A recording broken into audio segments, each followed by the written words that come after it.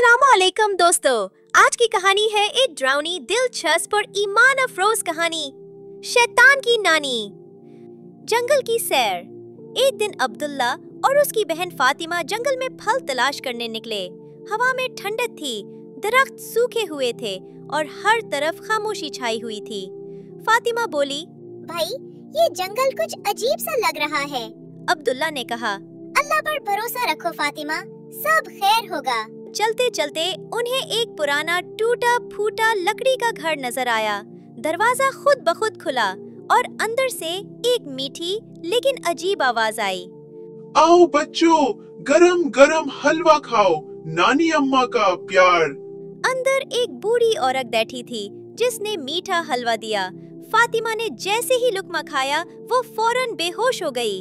अब्दुल्ला चीखा, फातिमा आंखें खोलो। बूढ़ी औरत की आंखें सुर्ख हो गईं और वो हंसकर बोली, अब तुम भी मेरे हो चको हो, मैं हूँ शैतान की नानी।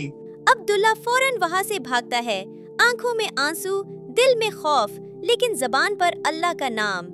इसी दौरान उसे रास्ते में एक खूबसूरत हरन मिलता है जिसकी आंखों में रोशनी और बातों में सुकून होता है।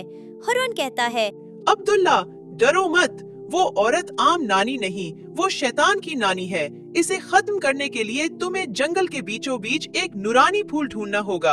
अब्दुल्ला हैरान होता है। तुम कौन हो? हरन मुस्कुरा कर कहता है, मैं सिर्फ एक रहनुमा हूँ, लेकिन असल में मैं हूँ अल्लाह का भेजा हुआ फरिश्ता। मौजज़ाती फूल की तलाश।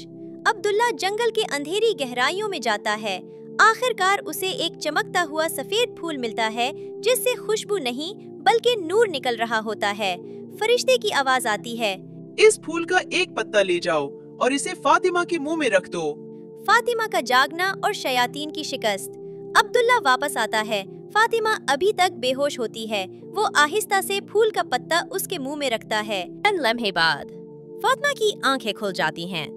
अब्दुल्ला जल्दी से बुलंद आवाज में पढ़ता है, कुल आऊदु बिरब्बिल फलक, कुल आऊदु बिरब्बिन नास।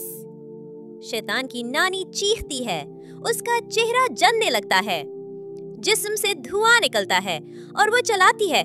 नहीं, ये कैसे मुमकिन है? कुरान की ताकत ने मुझे जला दिया। और देखते ही देखते वो धुएं में तब्दील होकर गायब हो जाती है। अंजाम और सबक। फातिमा हैरत से बोलती है, भाई ये सब क्या था?